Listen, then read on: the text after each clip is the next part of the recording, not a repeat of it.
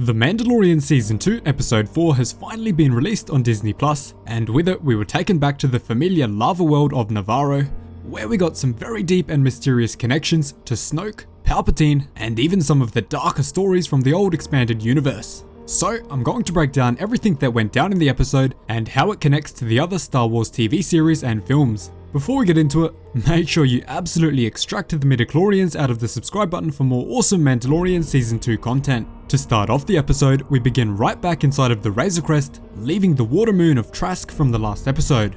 Just like we saw last week, the Razor Crest is still in a horrid shape, and there is absolutely no way it's going to make it to Corvus to find Ahsoka Tano just yet. Because of this, Mando sends the child through a tiny gap in the ship and tries to teach him how to fix the onboard electronics, but it doesn't go too well.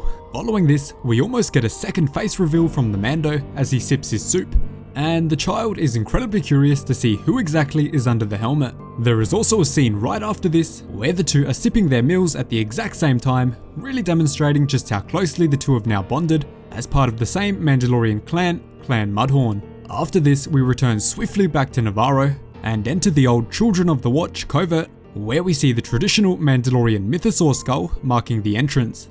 This is of course a reference to the legendary Mandalorian creature which used to roam the surface of Mandalore many years ago, but were quickly driven to extinction. Inside the old Children of the Watch covert, we see that it has now been occupied by a group of men from the Aqualish species, which is the same species as Ponda Baba from A New Hope and later Rogue One.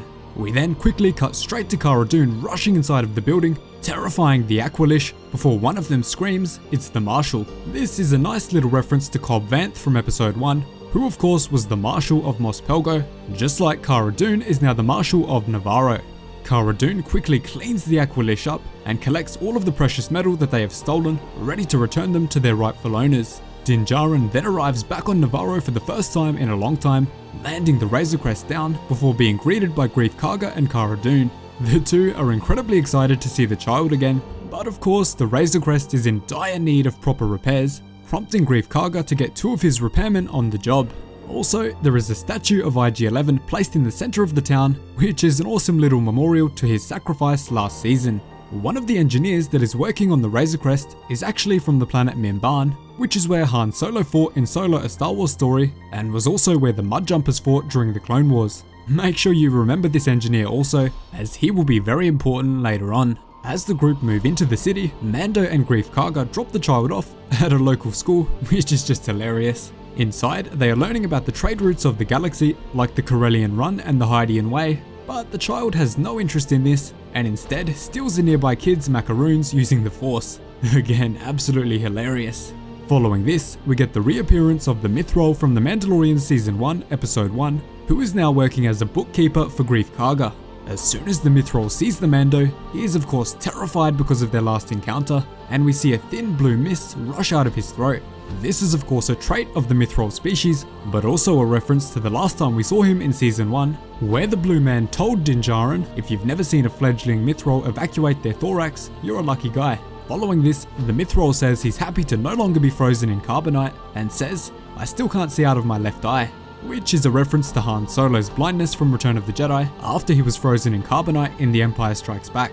The group then zoom off on their speeder to the nearby Imperial base, which they are attempting to raid and to clear out the Imperial presence on the planet. As they are travelling there, we do get a small reference to Luke's speeder scene from A New Hope.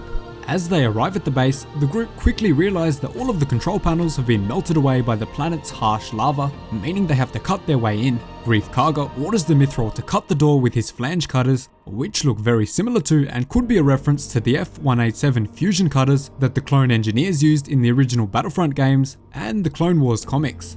The group eventually manages to break into the base, and the Mando just used his jetpack to fly up to the top platform, slaughtering a few stormtroopers while he waited for the others. Eventually, Mando and the others break into the command center of the station, with Cara Dune gracefully choking the lead Imperial officer out before they are able to locate the heat shaft. They also manage to steal the officer's code cylinders, which every Imperial officer carries, and of course we saw Agent Kallus do the same thing in Star Wars Rebels when acting as a fulcrum agent for the Rebel Alliance. With the help of the very scared Mythrol, Greef Karga and the group are then able to send the Imperial base reactor into overdrive, giving them under 10 minutes to escape from the facility. As they are frantically trying to escape the base, however, they come across two scientists wearing the same patch as Dr. Pershing from last season. This patch actually bears the symbol of the cloners on Kamino, further telling the group that this is no military base, but instead a cloning and bio research facility. The two scientists quickly panic as they see Mando and his group approaching, causing them to destroy the files that they are working with. They are both quickly killed, but a hologram from Dr. Pershing still survived, revealing that he was extracting blood from the child in hopes of using it to infuse a cloned body. They also state that the child had a high M count, which is most likely referring to a high midichlorian count. The most surprising thing that Dr. Pershing revealed was that injecting the blood of the child into the cloned body did actually work for a short period of time before the body rejected it and the experiment failed. Count Dooku also tried to infuse the midichlorian-rich blood of Jedi Master Sifo Dyas into General Grievous in hopes of turning him into a Force-sensitive being, but that of course failed, unlike the experiment by Dr. Pershing. On top of this, we also see the clone body of either Snoke or Palpatine himself inside of a very similar tank to the one holding the Snoke clones in The Rise of Skywalker. While the group are walking past it, the eerie theme of Supreme Leader Snoke is also playing in the background, definitely pointing to these projects being connected. Let me know down below who you think this cloned body is, or do you think it's just a blank template body?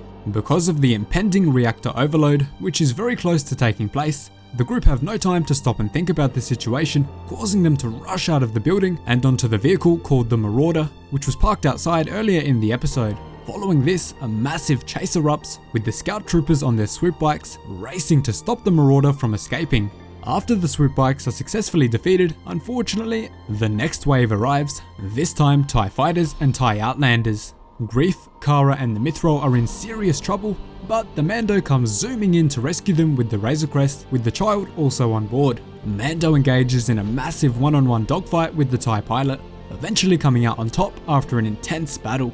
After this, Carson Teva, who you would remember from the second episode, arrives on Nevarro and begins to question Greef Karga about the incident at the Imperial base on behalf of the New Republic.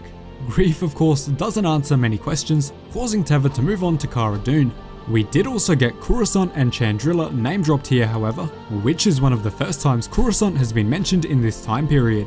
While with Cara Dune, we find out that Teva fought during Alderaan, and the two share a somber moment after he realizes that Kara lost everyone after the Death Star's destruction of her peaceful planet. And to end the episode, we get a massive, absolutely huge connection to Palpatine's contingency plan after his death.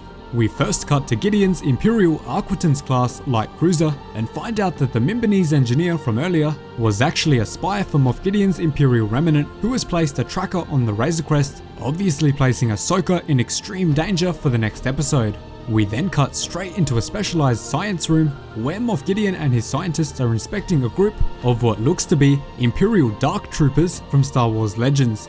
The scientists in the room are also wearing the symbol of the Imperial Department of Military Research, who were heavily involved in the creation of the Phase 1, 2 and 3 Dark Trooper droids. These Dark Troopers were advanced battle droids who were equipped with infantry exoskeletons that featured incredibly heavy plating. The Dark Trooper droids resembled stormtroopers and were used as direct replacements for human stormtrooper soldiers. These troopers were actually brought into canon by the Star Wars Commander game, but their story is not fully fleshed out yet in canon. So that is my breakdown of The Mandalorian Season 2, Episode 4, Chapter 12, The Siege. Thanks so much for watching, really hope you enjoyed the video. Remember to leave a like if you enjoyed. Cheers guys, hope to see you in the next one.